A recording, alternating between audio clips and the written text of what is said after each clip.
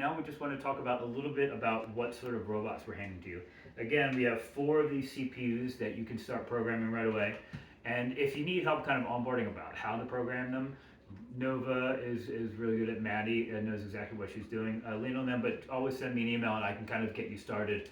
You know, sometimes it's a tough hurdle getting it first started, but you essentially have to hook it up with a USB cable to the laptop, run the software code, and then essentially download it to this thing. But let's talk about the hardware, how this works.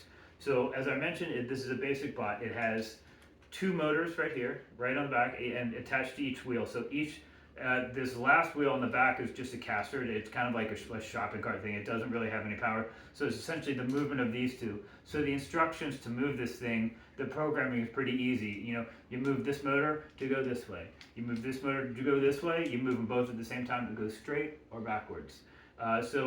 Programming this is going to be pretty easy.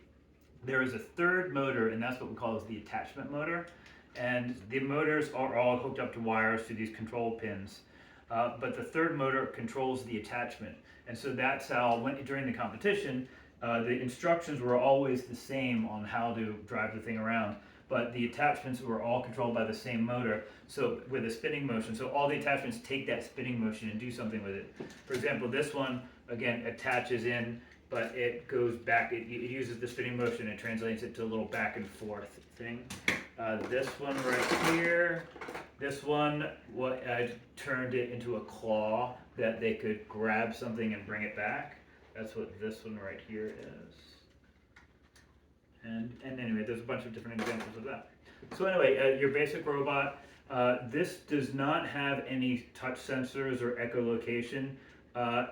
Actually, one of them did have this thing right here, which is a gyroscope. And you can talk to Nova or talk to me about the importance of the gyroscope. We actually found it is definitely important to kind of track your way on the field.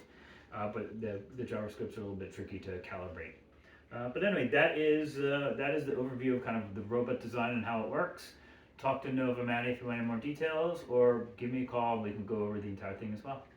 Good luck.